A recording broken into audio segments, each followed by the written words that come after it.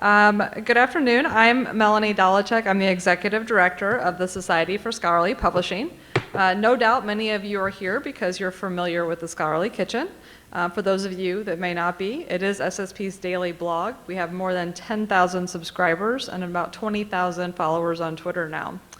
So today we've assembled a panel, both our seasoned Scholarly Kitchen chefs and several recent guest authors for which we hope to have a lively discussion with. So one of our objectives in the kitchen over the past year or so has been to include the diversity of voices that are represented on the blog. So if you're a regular reader, you've likely noticed the increase of guest authors. We're happy to have a few of those guest authors today. So let's start by introducing our panel. First, we have Judy Luther, who's the president of Informed Strategy. And if you guys just want to give a wave, I am just going down the line. But next, we have Todd Carpenter, executive director of NISO. Then we have Gwen Evans as the executive director of OhioLink. And Yasmin Lange, chief publishing officer at Brill. And then we have Lenny Argabright, who is a MSIS graduate student and open access research assistant at the University of North Carolina at Chapel Hill, and she's also one of the SSP 2019 fellows. And then finally we have Joe Esposito, who's a senior partner at Clark and Esposito. So the roles of publishers and libraries have been shifting gradually as technologies and systems and infrastructure have evolved. Long gone are the days when research outputs were primarily limited to ink on paper. In fact, we also refer to our ecosystem now more broadly as scholarly communications than as we formerly have, which is scholarly publishing. Not only has the overall volume of content been increasing, but the variety of formats available for research output, such as presentations, blog posts, podcasts, audio, video, notebooks, databases, images, software, all of these things have expanded as well. In fact, if you want to find a scholar's work, their entire body of work, it could be in many, many places, such as a preprint server on YouTube, part of it may be in Figshare or in a data repository. So one trend that we're seeing is the expansion and the transformation of scholarly communications to support the complete researcher workflow. And that includes the dissemination of outputs in new and novel ways. So we're going to explore this a bit more with our panelists to get started. So Judy, maybe you could kind of start us off and tell us what changes are occurring in our environment that make this a timely topic.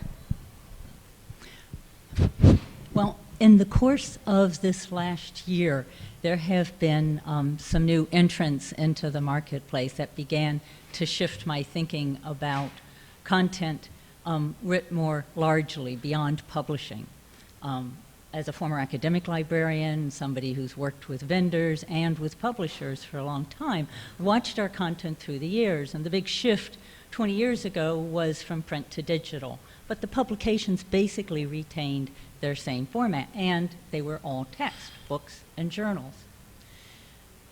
About 3 years ago, when preprints received a DOI, an official schema for a DOI, it was hard for me to reconcile with the fact that, initially, with the fact that we've had what I have thought of and what has been called the version of record. That was Mark Walter's term in 1997, when we were talking about print being different, sometimes covering different content than the digital version. The digital version could have color published at far less cost than doing it in print. But he said there would come a time where, and it happened sooner than later, where digital became what was the version of record. If we looked at what we would preserve, what version we would look at over the long term, that would serve as the cornerstone for what was considered the scholarship in a particular discipline, that would be it. And that received a DOI right about that time. I mean, it had an ISSN for a long time, but DOIs for journal articles were assigned pretty early on in the digital phase. So for many years, DOIs for me were associated with the published work. And what was inherent in that was the fact that there was preservation required because libraries were spending budgets on it, and in the print version, it was housed within the building. In the digital version, they were paying for digital and it wasn't housed within the version. They had to be assured of long-term access to it. And that basically was enabled when Portico and Locks came along. So with a DOI, just because of its historical origins and being part of published works, the DOI to me was equivalent with those. So when the preprint was given its own schema and its own DOI, it kind of expanded my reference points. So having adjusted to that, we get to this year, and of course people have been digitizing and videoing conferences for a long time. But for the first time this year, I found websites saying, don't post your videos, publish them. I thought, wait a minute. Publishing has some curation, publishing, and they're going to give it a DOI. Well, that's great because it'll link all this content together in this broad scholarly network, but what about the version, what about long-term preservation? What about having, a coherent metadata system? And what was curious to me is that it was coming from the conference sector. Everything so far in publishing and scholarly content has come within the academy and the publishers who published with the research of faculty. Now we have conference vendors who have been organizing conferences for years and supporting various societies, suddenly saying, oh, well, we'll capture your content, as your presenters present, and we'll actually digitize the posters. So posters have been encroaching on my horizon for a while now. First, ER&L said they were going to have posters. Then ACRL this year had posters. Charleston has posters, and SSP, the Society for Scholarly Publishing, just announced at the next meeting in the spring, we will have posters. So posters have suddenly gotten my attention in a very big way, and it's prompted me to realize that we have a whole slew of content, and I've been thinking more about the scholar's workflow. But when we look at what is in that scholar's workflow, there's data and code, and now the societies that are using software by vendors who are not publishers are talking about publishing another entire format and putting a DOI on it. So that has shifted my reference points still further. And hence, I think it raises a lot of questions for me about how our world is changing and what other questions we may want to attend to so that we have a coherent network of the scholarly record. However we choose that to be, whatever we choose to preserve, it doesn't all have to adhere to what was part of the legacy print world, but I do think it needs to have some more coherence, and right now I have more questions than answers. Great. Well, Judy, you mentioned a couple of different formats that certainly have gotten your attention, but Todd, can you tell us what you see as the next types of content formats or forms that researchers will be circulating that we should be thinking about publishing and collecting and curating? Yeah, absolutely. It's touching on some of the things that Judy said. We've spent the last 20 or 30 years essentially taking what had been a print model and putting it on the web in a text-based PDF form. And we are slowly kind of scratching the surface about a much more interactive digital ecosystem with a lot more capabilities, and I think researchers are moving in that direction, and they're moving in that direction quite quickly. I think I look to the area of data, research data, as one great example of how quickly the landscape is transformed in terms of the content types that scholars and researchers are creating and disseminating. Just this morning was looking at DataCite and the DOI registrations for research data. DataCite didn't exist 10 years ago. There are now more than 20 million DOIs for data sets in DataCite. And they are being used. There was 8 million resolutions of DOIs in DataCite in June. So it's not just that these data sets are out there in the wild, they're being used, and they're being used regularly and frequently. Beyond this, you think to the other types of content forms that are being created. There's a site called Re3Data, which lists and it kind of provides it's a source for information about repositories and places where people can post data. They've got some interesting statistics there. They track about 3,000 repositories of different types. About 2,000 of them are discipline specific. Another 600 are institutional repositories. And they have a list of the types of information that they store. So more than 2,000 accept research data sets, obviously. They also accept Office documents, obviously, PDFs, things along those lines. But you start to go down the list of other things that they have. More than 1,200 store images.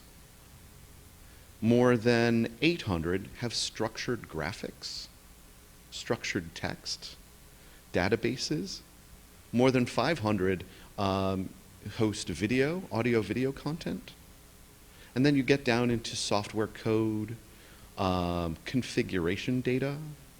These are all elements of the scholarly process that researchers need to share their findings. It's no longer just a summary, a text. It is all of these other things. There's a couple sessions here on augmented reality and virtual reality. How are these things being created and shared, and what is the role of the publisher in producing and disseminating those information? If we're talking about publishers serving the broader community, but all we're focused on are journal articles or text, that's a diminishing part of a larger pool of research and content that is being exchanged in this ecosystem, that we need to take a more active role in discoverability, accessibility, the publishing aspect, vetting. I mean, what does it mean to peer review a data set? These are all questions that we as a community are going to have to start to deal with related to these content forms. So, thank you, Todd. So I personally always thought the digital humanities were ahead of the curve when it comes to innovation and publishing. And it not only offers new ways of conducting the research, but they also produce fundamentally different outputs. Is there a role for publishers to support scholars in those areas, and what are the challenges? Yasmin? Thank you. Well, innovative, yes, but in a way it is funny that we call it a methodology in the humanities, digital humanities. There is no such thing as digital science or digital medicine. The other disciplines just do it. So maybe it says more about the distance which is there between the humanities and digital scholarship rather than how innovative it is. But the digital humanities, that being said, have been around, for decades now. Brill is a humanities publisher, and as such most people come to us with journal articles and book publications. But beyond that, we've always, and most humanities publishers have been engaged with databases of all sorts, bibliographies. I mean, there is such a variety of content in the humanities that we produce as publishers and that we provide primary source collections. So the step into getting even more experimental is not that big and has never been that big for us. So these people would come to us, and in the last 5 years we've seen that increasingly with all sorts of out of the completely projects that are completely don't fit any kind of box, and in particular don't fit any kind of platform that we have. And that's exciting, but of course it's also rather challenging because you do need to have the right people that embrace those kinds of scholars. You need to have the right kind of knowledge, you need to have standards, you need to have a platform or something, how you can publish it, and the right marketing and sales model. You need to train your sales team for this kinds of new content. And you in particular need to have a sustainable business model, and that's actually the biggest challenge. Those scholars in the digital humanities would often come to us with a notion of a very collaborative approach, which is great, but on the other hand, also a notion of that open science is really fundamental to the work they do. So that poses the question, how are we funding this, and how are we getting it to the market? We have 5 years ago felt it is good to start investing without thinking too much about the end, where we want to be, because all scholarship, that is absolutely clear, in the next 10 years, all scholarship in the humanities will be much more digital. New research questions will be asked. We need new tools in order to ask those research questions, deal with large data sets and large sets of texts. And this will also ultimately create new forms of scholarship. And that could be anything from an augmented reality, whatever type of thing, to a search tool, to a map that is built out of a large data set and a large corpus of content, to just simply a software code that is producing something that is helpful for the community. So we felt it is important to go along with our researchers. We usually follow them. We try not to be ahead of them or behind. We try to follow them, and we started to hire, for the first time, a person that is able to code, something that was, for a 336-year-old company, really exciting. And we love him. It's fantastic. His name is Etienne. He's a fantastic person. It is a very special type of publisher, I would say. He's able to code, and he has a fundamental interest in the humanities. That is a very special combination, because often those people with an IT background would come from a completely different background with different interests. And so we started to create products that are a bit different. We have invested, and we are mainly doing that with funding bodies. So we're putting in money, funders are putting in money, and that way we are, at this point in time, not really making any huge amounts of money with it, but we're recovering costs, and we are in particularly learning. I mean, that is the reason why we're investing, because we want to learn from the scholars we're working with.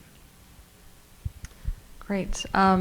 So Todd, I want to pop back to you. Yasmin, you mentioned, the current platforms don't always support this type of research output, and as well as some need for some new skills, right? That wasn't there before. So, Todd, what do you see that's missing from our current infrastructure to support this expanded researcher workflow, and particularly around the areas of interoperability?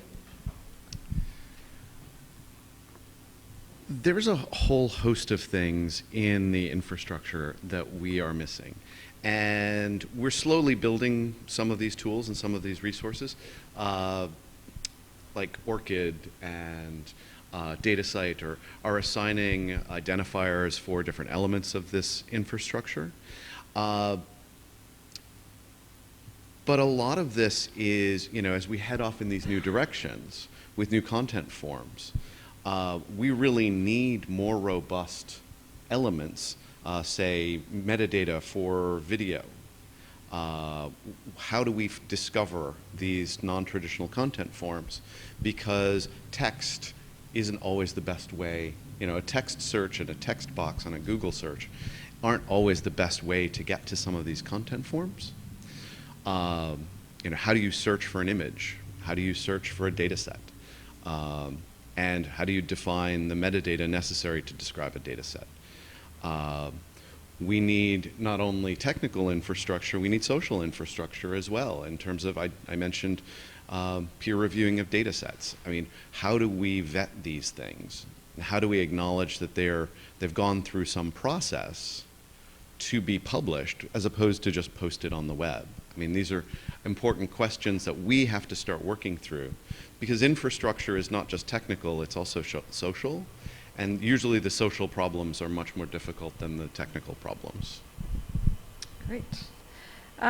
So, Lenny, as a student, who would you say needs to be involved or consulted as publishers and libraries are building infrastructure and tools to support a more efficient and more fluid research experience? And how do we get those voices heard? So as a student, I'm taking classes that are talking about systems analysis and user experience. And these are really hot topics right now in the library programs because they are looking into really understanding what is going into creating a productive product that people are going to understand, that's going to be useful and valuable, and that could work in conjunction with other sorts of products. If we're thinking about who are the stakeholders that care about this product?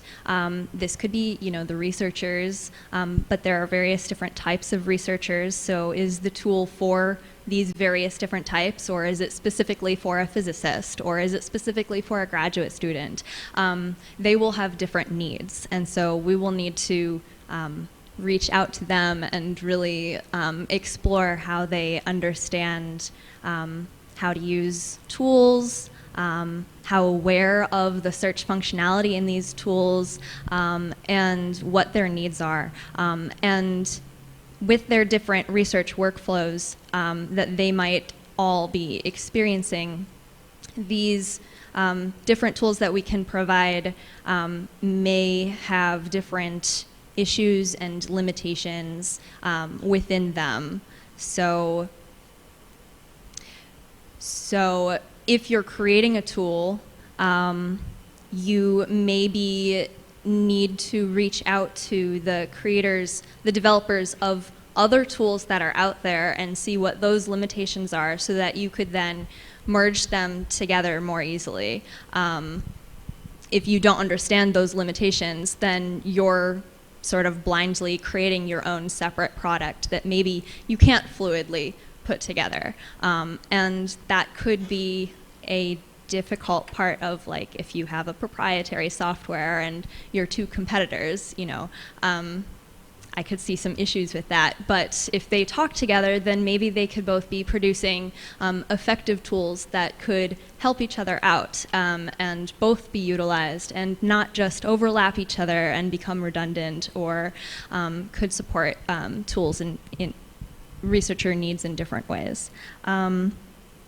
If we, as creators, are testing out the tools ourselves and trying to put ourselves in the place of the researchers, how are we experiencing them? And so that we have a better mindset for what is involved in creating a tool, and how can we put it with other tools and work them together. One example that I find really helpful is Zotero and Mendeley. You can export data from one and import it into another. And that way, if you're a researcher, you can be choosing sort of which tool you want to use and which one works better for your needs. But that's within one stage. So if we have a similar sort of interoperability between the various different stages, that could be helpful. Great, thank you. And Joe, which organization or organizations are likely to assemble an integrated workflow for both scholars and researchers? I think we have to begin with the assumption that the kinds of tasks we're talking about here are too many and too complicated to take place at the institutional level for all institutions.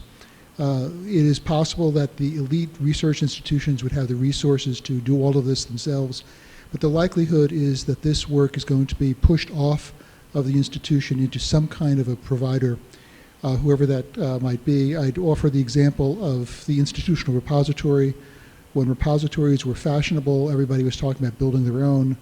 And then we had the open source solution with DSpace, which a handful of major research institutions subscribed to.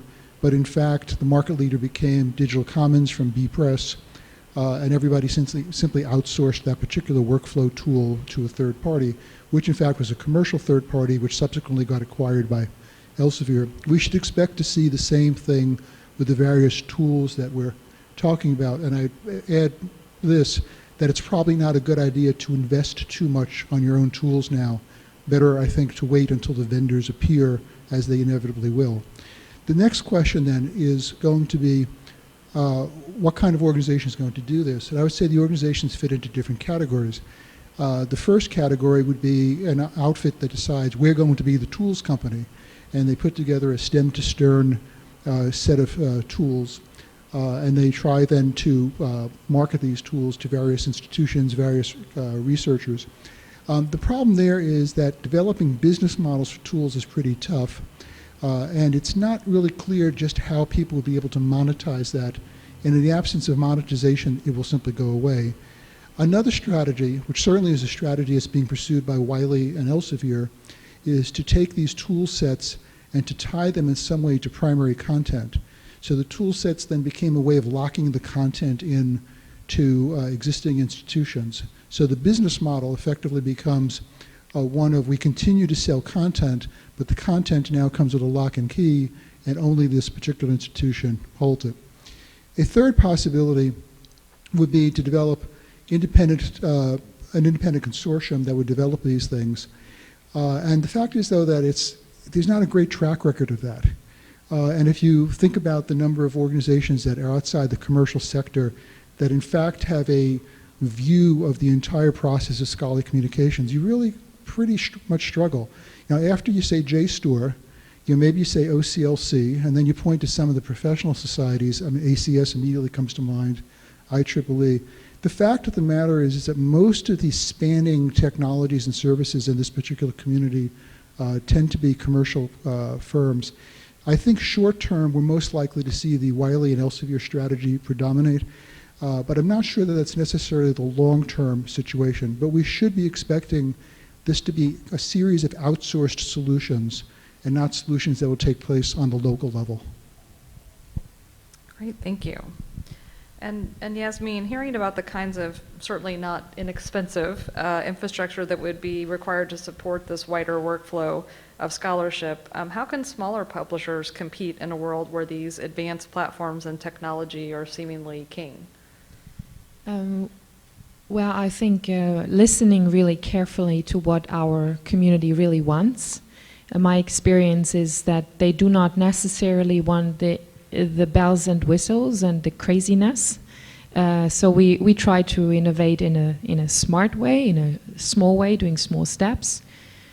We also look increasingly at open source possibilities, try to collaborate with others on certain niche products, not necessarily for our big platform, books and journals. That's the kind of, at the moment at least, the kind of off-the-shelf solution that you would get that would then be kind of tailor-made for your own needs. But for more niche content, for the more specialist and kind of experimental things, we look at open source solutions, and that has worked really well for us. We just launched a very small platform for text editions that's a very special humanities type of content, and launched it in a way which really brings the print version of a text edition, which is kind of static and of course doesn't do anything, into a real digital world where you can surge and put different a translation, for example, next to the original version, and do interesting things with it. And that was developed in a really short space of time and with not too much investment, by using an open source solution that was already there, and then creating something for our market. And that was also something that the community that developed the open source solution really appreciated, that all their work that they have done in the academic community was then really taken on board by a commercial party, so to say, and made a real something out of it that is being used. So that is a way for us. Collaboration in that space and smart innovation are really the two things that we focus on. Excellent. Well, Gwen, we've talked a lot about the role of the publisher so far, but what opportunities are there for libraries to support these expanding formats and workflows? Well, I think, in my point of view is from the consortial point of view. I think Joe's point is very well taken that a lot of this simply can't be done at the institutional level, even at an R1 institutional level. So there are two examples that I'd like to say is we have a statewide electronic theses and dissertation platforms. It's got 100,000 open access ETDs. And we do it on behalf of the state. So almost every graduate program in the state of Ohio, they deposit their ETDs there as part of their graduation workflow. So at a certain point, I realized there was no digital, these were born digital, and there was no preservation and probably not even backups on the local campuses. And nobody had really thought about it. So we went out and, after doing a complete review of our digital preservation needs, which we locally load a lot of content. We have published journal content, we have music files, we have audio visual, we have ebooks.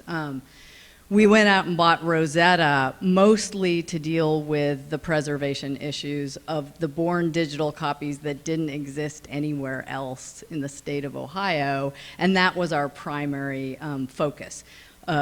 Ingest them, display them, and preserve them. But we constantly get pressure from institutions saying, but what about the interactive, the new forms? What about video? What about so we can ingest the file and you can download the file. But we can't emulate, there's no emulation software, there's no way to display it. And I think librarians have an impulse to try, we're a service organization, and we try and be all things to all people. And we have just said that we have to strip down the scope. I can ingest anything you send me, I can digitally preserve all of it. You get a nice preview if it's a PDF, which is still 95, 99% of the files that are uploaded as a dissertation, but I simply cannot build you out the infrastructure for emulation or display or anything more complicated than that, because then that starts to put my business model at risk, my ability at risk. So one of the things that does is display the utility of a format-specific approach to digital files, because I know how to I know how to display them, we know how to link them, we know how to make them digitally accessible, whereas with some of these other formats, that would be prohibitively expensive. So sometimes disciplinary might not be the right approach, format might be the right approach. And the other example that is recent is we're part of a statewide technology consortium, and I sit with the Ohio Supercomputer Center. And of course, that's part of the researcher. It's meant to be used by researchers doing the sorts of research and crunching the kind of data and generating the kind of data that is possible with a supercomputer.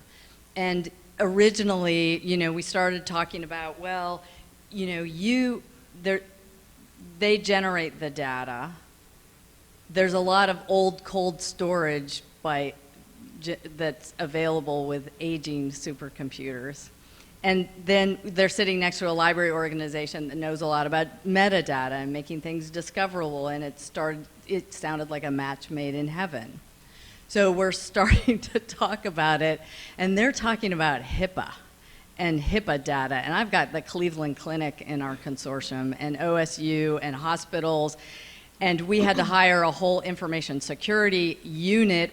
InfoSec is expensive, in case you didn't know, just to manage the ongoing use of that supercomputer. And then the legal implications, to go to your point about the legal implications of what happens if there's a breach or an attempted breach. You go out to it's the Office of Research at that institution that manages whether that's really a breach. There's no standardization. And I just started backing away and saying, there is no way we can take this on. So even the assumption that all valuable data is going to be open, not if it involves HIPAA. And how you manage that, and when do you preserve it and make it a dark archive? Those sorts of things are things that I would say that an individual institution and even a consortium like ours will have a very, very hard time managing in a responsible way. So those are my two stories. Excellent. Yeah, no, those are great stories. It's wonderful to have those real world examples. Judy, did you have something you wanted to add to that? If I can add something, those are great as examples of the challenges that go unseen until you start to dig into it and you realize what the requirements and the costs associated with them are. I just wanted to add one, put something on your radar if you weren't already aware of the fact that an organization called Educopia had gotten a grant of $2.2 million from the Arcadia Foundation to work with open source software and develop workflows within in academic institutions to collect different formats, particularly for the IRs, COAR, the international organization that's a coalition of institutional repositories, is part of that grant.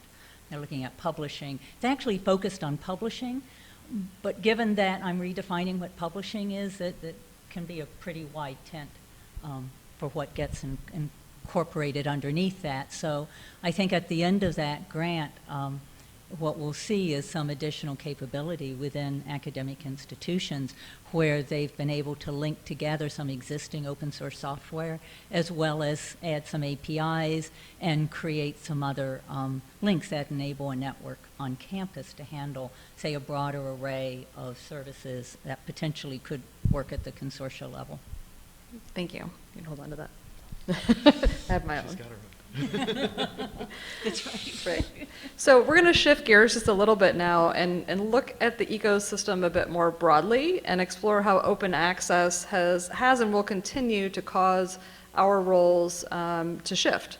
And so as we're moving to an environment of ever increasing amounts of content and open access, how will the scholarly communications ecosystem need to adapt from a systems and a process perspective? Todd, you want to take a crack at that first? Sure. So just after the SSP conference, I was asked to speak at the Adapon users group meeting about openness. And my initial thought was, from a standards perspective, it doesn't really matter whether the business model is open or closed. You still need standards and you still need to adopt technology. And then I thought about it a bit more in that it really needs to, we really need to, as a community, make a distinction between publishing and posting things on the web. Anybody can post things on the web. It's very easy, the tools are out there, but it lacks the critical components, I think, that what distinguish what publishing really is. That is vetting, that is care in the development of the content, the curation of the content. It involves things like accessibility. It involves things like markup in a way that you can interact with the content, text and data mine it. You can interlink it using things like DOIs. And all of these little elements are expensive. Maybe not individually expensive. You can get a DOI for free from DataCite. You don't have to pay Crossref $1 for them. But you still need them. And the infrastructure to support that still costs money. And that, I think, is one of the things that we're missing in this open access discussion. That there is a drive to push down the costs of publication. And you point to, oh, well, I can post things on my blog for free. Sure, you can, but it is inherently a different process. If you want to make it discoverable, if you want to make it accessible, if you want to ensure its long-term preservation, all of these things that are part of the publication process, really we need to focus attention on. And so we still need those things. There are a variety of other things that if we move in the direction of an open access ecosystem for scholarly communication, there are a variety of things that we are missing. Say, author payments. There's a reason why publishers worked with subscription agents, because publishers don't want to have 7,000 libraries sending individual orders. They certainly don't want 70,000 authors making individual payments and understanding what are the relationships between the transformative agreements or some discount structure that you've arranged with your institution. I mean, how do you manage all of that information to know that this person is eligible for a 50% discount on their APCs? We lack all of that infrastructure. We don't even have a common vocabulary about what some of these things actually are. So the world is going to be very messy as we move towards open access, not just from a business model perspective, but just from a systems perspective. Does anybody, any other panelists want to jump in on that?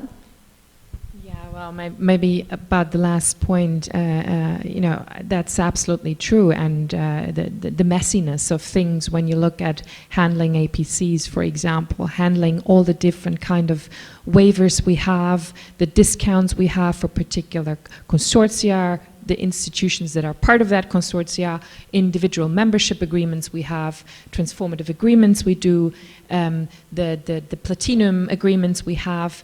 At the moment we are doing everything in a manual way. We have a person sitting there with an Excel sheet looking if a request is coming in to invoice an APC, whether that a researcher is a part of any kind of discount scheme, yes or no, or gets it for free, yes or no, and then the invoice is being sent out. We then have a person checking as soon as the invoice has been paid, yes, is the article really been open access? Because it happens that along the way, the publication, that information somehow gets lost because, as I said, everything is manual. And we see that also on the library side, everything is manual. Many libraries and funders do not check whether the publisher actually publishes an article in open access after an APC has been paid. Some institutions are very careful and they would come and send emails, why has this article not been published, where is the DOI? We then would explain that the article is in advance and it will come out soon and it will be assigned to an issue soon. There is so much manual work going on and so much efficiency lost. That we really need providers to come into that space and handle those kinds of processes for us for a reasonable discount. At this point in time, there is very little competition. We have RightsLink for open access. We were one of the first publishers to pilot with CCC on that, and we're very happy to have them. But they are basically the only provider at this point in time in that space, and it of course only works with the submission system. There are still a lot of journals around in this world that are not included in any kind of submission system. So you would actually rather have a system that works outside the submission system as well. Good. Yeah, Joe? Thank you. I think I would take the question the other way around. Not the systems and processes, but the what and the why. If we're living in an age of disruption, we don't really get to pick and choose what things we want to keep going forward and what things we want to reject. That's characteristic of the way digital disruption is talked about in this community, and I really think that's a mistake. When the asteroid crashed into the Yucatan 66 million years ago, there was nobody there to say, well, we want to keep this dinosaur, we want to get rid of that dinosaur. All the dinosaurs go. But even the discussion in the room today, we're talking about being on the other side of digital disruption, but we're going to keep peer review. Well, are we? We're going to keep the distinction between production and publishing. Well, are we? We assume that when we have these new digital formats that we're seeing in digital science and digital humanities and so forth, that we're still going to want to bring to them the values we've traditionally had in the library world of curation and preservation, but will we? So I think that we have to be aware that disruption is not something that happens next door. It happens in our own living room, and that what we're talking about with these changes in digital technology and the way it's changing the ecosystem is better compared to something that's cataclysmic and has almost a geological dimension than something where you can walk into a meeting and make some decisions and there's a consensus and we walk out all happy. It's much fiercer than that. So I would just say, going back to both these points, is that the further down the chain you push publication to the individual, the more risk I think there is of a Facebook or a Amazon, that the values that publishers and libraries hold about curation, verification, we outsource some of that verification to publishers, and then we curate it in our own institutions. You push that down to the individual, and all of a sudden, my favorite, I hate Amazon self-published books. There's 10% that are worth anything, and your search on Amazon, and Amazon is making more money off those self-published books, so they clog up your search results, and what will happen, I suspect, is a Facebook or a ResearchGate. They offer the individual what look like great services for free, and the individual becomes the product because they're monetized in different ways through data or whatever. And then it becomes very difficult for other individuals or even entities like libraries to curate that what is worth looking at and what isn't. So I just think that infrastructure question is a really tricky one, because the further down it goes, the more that individuals will make decisions that are not our values, and then it becomes harder for everyone. Yasmin? Yeah, and I'm as a publisher. On the one hand, you could be really scared of the disruption that might happen at some point, but then on the other side, I always think the disruption has already happened a long time ago.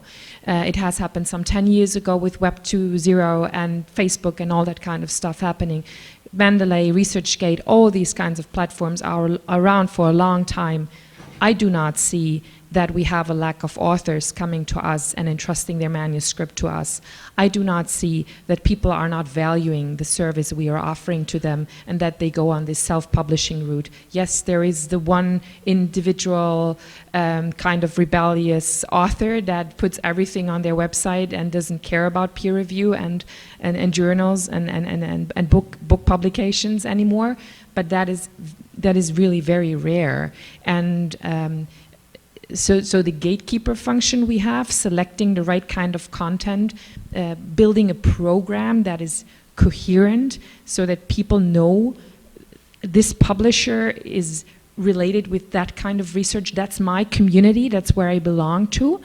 The researchers we serve and the librarians we serve have not gone to a different place to build their community. They still look for the communities, the journals, and the book series that we publish. They still want to belong to those kinds of venues. So why that is the case? There is sometimes a lot of maybe mistrust or not a lot of happiness about publishers, but in a way we need to do things in a right way, because otherwise they would have been gone a long time ago. They could have easily swept to other places. And that doesn't mean that a publisher needs to be complacent and ignore what's going on, certainly not.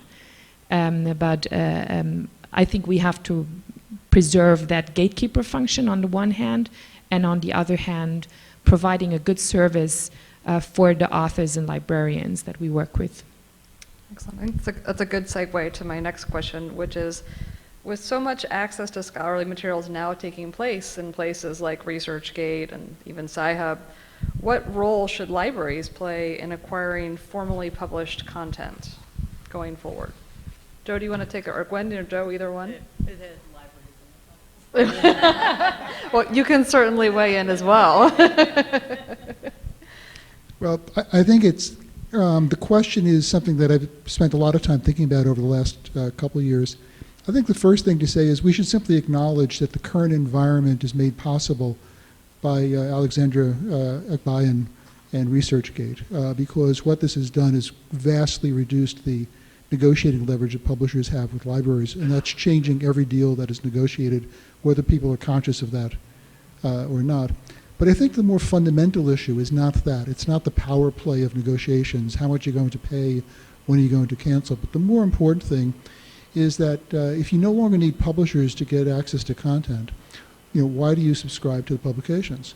And if you no longer need the libraries to get access to the publications, why are you funding the libraries? If more and more of the action is taking place at ResearchGate, and I think ResearchGate has significantly outstripped Sci-Hub in this respect, you really have this very interesting situation where access is no longer part of the traditional team of publishers and librarians. Access is now something that's being done by third parties, some of whom are shady. So I think that one of the questions that was interesting to think about is what's the future of librarianship in an age when access is not something that the library provides. And I think that it would be useful to spend some time thinking about what it means to have not a collection-centric but a user-centric a set of library principles where the goal is to curate the internet, not the collections in your holding. What does it mean to curate the internet? And that then raises the question of, is that done on the individual institutional level, or is that done more broadly by consortia? Who sets these consortia up? These are very, very difficult questions, but I do think, though, that we should be looking at ResearchGate and Sci-Hub not as economic irritants, but structural changes in the firmament of the kind of work that we do. So I would just say that what I fear is everything's on the internet, and people, our students, our researchers, our faculty are actually becoming less good at telling what is terrible content or what is misinformation or what is, in fact, dangerous content that doesn't align with the stated mission of our libraries. And that I think Joe is right. The cat's out of the bag, like Sci-Hub and ResearchGate, that's where it is now. And I know librarians will often say that, well, we'll take up instead of doing collection development and negotiation, we'll do more information literacy. And it's just been my experience that faculty don't really believe librarians are very good at that, and I'm not sure they're not right. Is that if you are a biochemist, that perhaps your discipline is the right place to do information literacy and assessment of whether this is good science or this is a good, that's the function of peer review after all. It's not librarians doing peer review on biochemistry publications, it's biochemists. So I think that librarians think that they might have different roles in this universe, and I am skeptical of that because I don't really see provosts coughing up a lot of money to hire more staff to do these sorts of things. And the other, so that what might happen is a pendulum swing in a very chaotic information environment where either the disciplines self-organize in order to get your blue check next to your, this is a real blog post, or this is the real Nobel Prize winning physicist, or we get a pendulum swing where it's outsourced again to entities that will look a lot like publishers to say, yes, this is verified. Yes, this peer reviewer is who they say they are. Yes, this author actually works at this institution, which is harder in a distributed global digital universe to make those sorts of verifications. So that's what I think about in terms of what is the role of the library. I am not sure that in a collection in a universe where the collection curation function is vastly reduced, that libraries as we know them will exist anymore until we need them again. So I would just like to add from the perspective of societies that I have worked with at least one society that spent 3 years working through a major retraction where someone in their field who had been received awards, was close to retirement age, was suspected of faking their data throughout their entire career. And they took it to the institution where the faculty member worked. Faculty member retired early, no data was ever uncovered, and the graduate students who co-authored the papers with the senior faculty member also had their papers retracted. Now this was a society who hired a lawyer, went through all this pain and aggravation because they cared about the scholarly record. This was their discipline, and they wanted to make sure that what was out there was accurate and was reputable, and that people weren't citing and referencing information that was not true. When I did a little further work, some of you may be familiar with Retraction Watch. When I did a little further work, I discovered they were not unique. Many other, and I perhaps could even generalize to perhaps most other disciplines, have had similar situations occur. And it takes a lot of courage within a discipline to step up and do that. And I think that's off the radar of most academic institutions, at the librarian, certainly within the library, and in departments if you haven't had to deal with that yourself. And it's an element of the current publishing environment that I question how that will be handled in the future if we totally deconstruct some of the structures that we have now. Great. All right, we have a few minutes, so let's get some questions. Come on up to the microphone. Please introduce yourself as well. Bob Holly, I'm a professor. You're missing one of the main points, tenure and promotion. I sat on our tenure and promotion committee, and we judged people from the curation, and if the tenure and promotion committee ceased to exist, the whole structure would have a good reason to crumble. And I have a paper where I very much appreciate what Joe said, that open access is against library self-interest. I go to the library to get paywalled material. If I could get it someplace else, the library would very much disappear in many ways from importance to me. Excellent, thank you. Other questions or comments? So just in a response, I had a conversation with a large Research One institution. She was the director of the library. And her response, I raised this point directly with her. She's a big open access proponent. And her response was, it's not necessarily my job to preserve my institution. I'm trying to further the distribution of science, which I thought was an interesting response. I said, have you spoken to your staff about this? All of the other people who work in your institution? Because I think if you make the library more and more irrelevant, those resources they're going to go away. The institution is not going to be like, oh, well, if all of the access is available, if all of the content is available free online, why do you need a $5 million collections budget?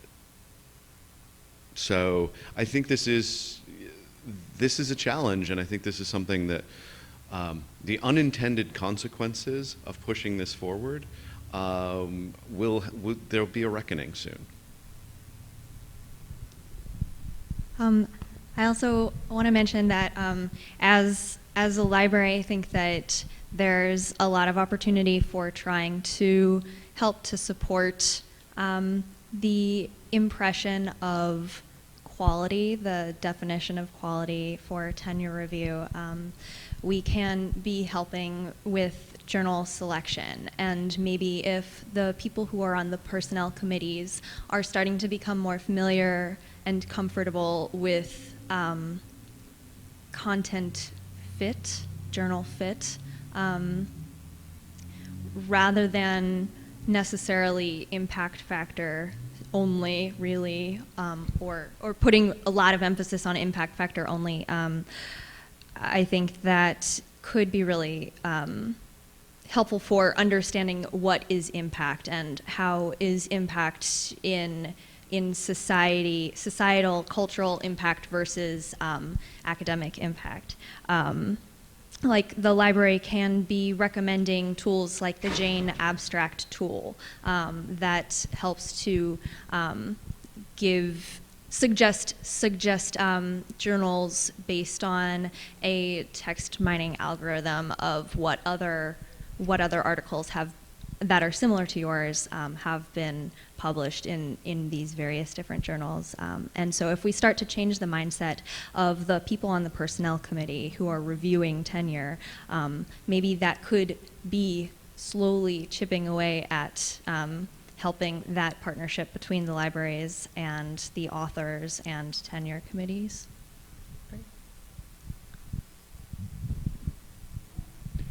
With regard to the question of the inverse relationship of the interests of libraries and open access, I've written a lot about that before, and I'm not going to repeat that.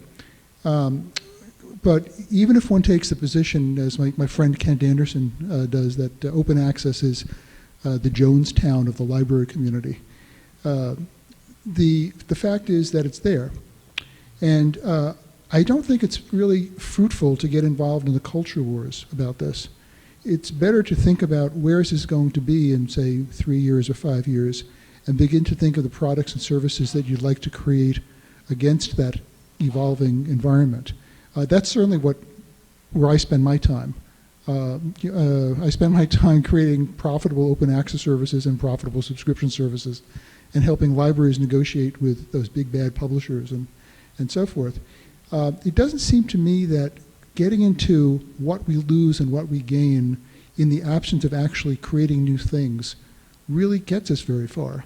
The real game is to figure out how do you create products and services that people actually use and that people actually will pay for, which is a demonstration of their value.